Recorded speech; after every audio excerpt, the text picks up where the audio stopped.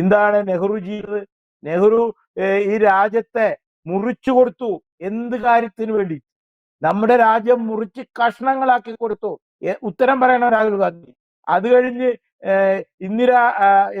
മകൾ വന്നു, ഇന്ദിരാഗാന്ധി. എന്താ ചെയ്തത്? ഈ സമയങ്ങളിലല്ലേ ചൈനയുടെ ബോർഡറിൽ കിലോമീറ്ററുകളോളം മുറിച്ചു പോയി, അറിയാതെ പോയി.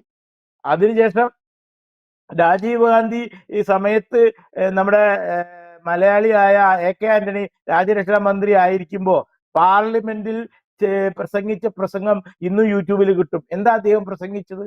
ചൈന ബോർഡറിലേക്ക് പോയി നോക്കാതിരിക്കുന്നതാണ് ഏറ്റവും നല്ല ഒരു സേഫ്റ്റിന്ന്. അവിടെ പോയി നോക്കാണ്ടിരിക്കുകയാണ്. അപ്പൊ ആലോചിച്ച് നോക്കിയേ, എത്ര കാലം ആ ഭാഗത്തേക്ക് തിരിഞ്ഞു നോക്കിയില്ല. ചൈന അങ്ങനെ വെട്ടിപ്പിടിച്ച് സിക്കിമിന്റെ പകുതി വരെ വെട്ടിപ്പിടിച്ചു എന്ന് ഞാൻ മനസ്സിലാക്കുന്നത്. പിന്നീട് ഇപ്പോ നരേന്ദ്രമോദി വന്നതിന് ശേഷമാണ് ആ സിക്കിമിന്റെ ഭാഗത്ത് കൂടെ ചൈനയുടെ ബോർഡർ കൂടി അവിടെ വലിയ സംഭവങ്ങളുണ്ടായി. ഇതൊക്കെ ക്ലിയർ ചെയ്യുന്ന സമയത്ത് ചൈനീസ് പട്ടാളവും ഇന്ത്യൻ പട്ടാളവും തമ്മിൽ അവിടെ ഉന്തും തള്ളും കുറെ നമ്മുടെ ജവാന്മാര് മരിച്ചു പോയിട്ടുണ്ട്. ഇതൊക്കെ അതിനുശേഷം അവിടെ ചൈനയുടെ ബോർഡറിൽ കൂടെ ഇപ്പോ വലിയൊരു ഹൈവേ പണിതു. അത് ആദ്യമായിട്ട് ചെയ്തത് നരേന്ദ്രമോദിയാണ്. അപ്പൊ രാജ്യം ആരാണ് വിറ്റത്, എന്തൊക്കെ ഇവിടെ ചെയ്തു എന്നുള്ളത്. കാശ്മീർ സത്യത്തിൽ ഈ പാകിസ്ഥാൻ എന്തിനാ ഉണ്ടാക്കിയത്? ആരായി മുഹമ്മദ് അലി ജിന്ന? ആ പാഴ്സി കുടുംബത്തിലെ ആരാണ് ഈ മുഹമ്മദ് അലി ജിന്ന? ആരാണ് ഫാറൂഖ് അബ്ദുള്ള?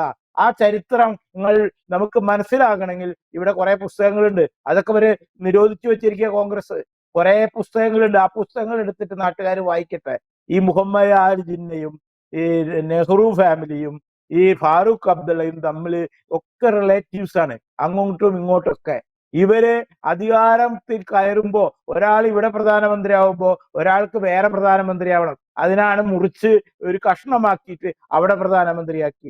കാശ്മീരും ആ സമയത്ത് മുറിക്കാൻ ശ്രമിച്ചതാണ്. പട്ടേലിന്റെ ശക്തമായ ഇടപെടലുകൾ കാരണം അത് വേറെ തരത്തില് ഒരു പ്രത്യേക പദവി കൊടുത്തു നിർത്തി. എന്നാലും ഈ 3 അർദ്ധ സഹോദരന്മാരായ ഇവർ ഈ രാജ്യം മുറിച്ചു പിടിച്ചു. അവരുടെ പാരമ്പര്യമാണ് ഈ പറയുന്ന രാഹുൽ ഗാന്ധി. കൂടുതൽ വാർത്തകളും വിശേഷങ്ങളും നിങ്ങളിലേക്ക് എത്താൻ ABC മലയാളം സബ്സ്ക്രൈബ് ചെയ്യുക, ബെൽബട്ടനും അമർത്തുക.